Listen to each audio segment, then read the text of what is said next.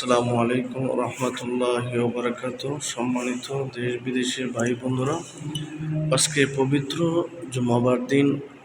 আজ সফর মাসের দ্বিতীয় খুতবা।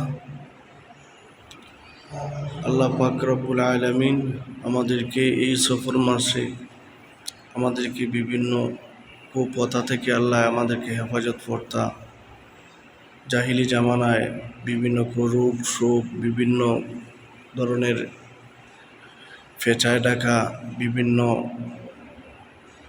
কিছুর ডাক মানুষ অমঙ্গল মনে করত, কিন্তু না, আল্লাহ প্রত্যেকটা মাসে আল্লাহ সুন্দর হেফাজত করার জন্য আল্লাহ মানুষকে ভালোবাসেন। এই জন্য আল্লাহ সুন্দর দিন সুন্দর মাস সবার জন্য রেখেছেন, কিন্তু আমরা এই মাসের আমলগুলো করতে পারি না। আল্লাহ যেন আমাদেরকে সফর মাসে আমাদেরকে সফের এর সঙ্গী সহ মুসাফির সহ সবাইকে আল্লাহ হেফাজত করেন। আমিন। আসসালামু আলাইকুম রহমতুল্লাহি ওয়া বারাকাতুহু।